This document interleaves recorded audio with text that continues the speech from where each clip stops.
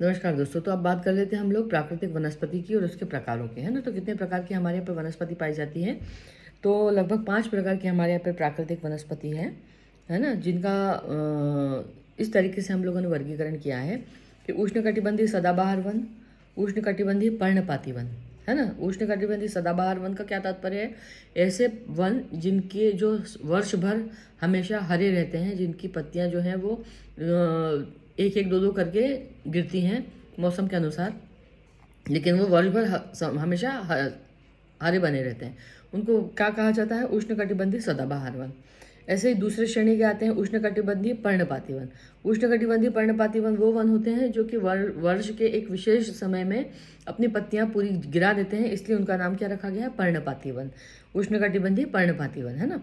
उष्णकटिबंधीय कटीले वन और झाड़ियाँ। तो उष्णकटिबंध में मतलब रेगिस्तानी मरुस्थलीय इलाकों में जो कटीले वृक्ष और झाड़ियाँ पाई जाती हैं वो उष्णकटिबंधीय कटीले वन और झाड़ियाँ, है ना। फिर पर्वतीय वन, जो शंकुधारी वन होते हैं, जो पर्वतीय स्थानों पर मिलते हैं, उनके बारे में बात कर लेते हैं हम लोग। और फिर मैंग्रोव वनों की बात करेंगे।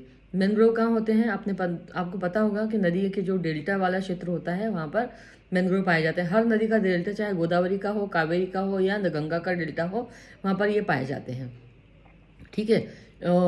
ये सुंदरी नाम का पौधा होता है इन मैंग्रोव को, जिसके वजह से सुंदरवन जो है डेल्टा बहुत प्रसिद्ध है, जो अपने बाघों के लिए भी विख्यात है। और सुंदरवन इसी मैंग्रोव वन, जो वन की प्रजाति है, उसके ऊपर इसका नाम रखा गया है।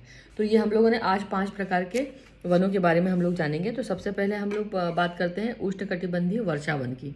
ठीक है।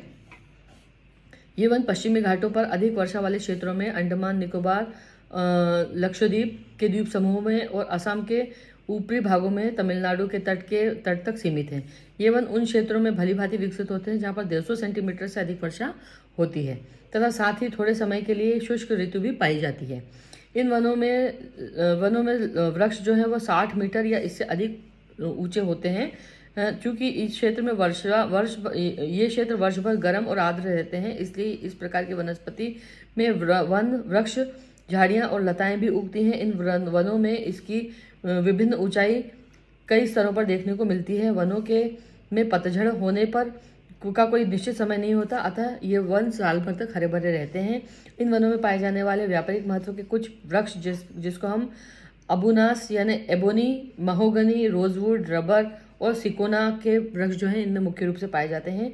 इन वनों में सामान्य रूप से पाए जाने वाले जानवर में बंदर, हाथी, लेमूर और हिरण ये पाए जाते हैं। और इसमें सींग वाले गेंडे और जो हैं वो असम के और पश्चिम बंगाल के जो दलदली क्षेत्र हैं उन क्षेत्रों में मिलते हैं।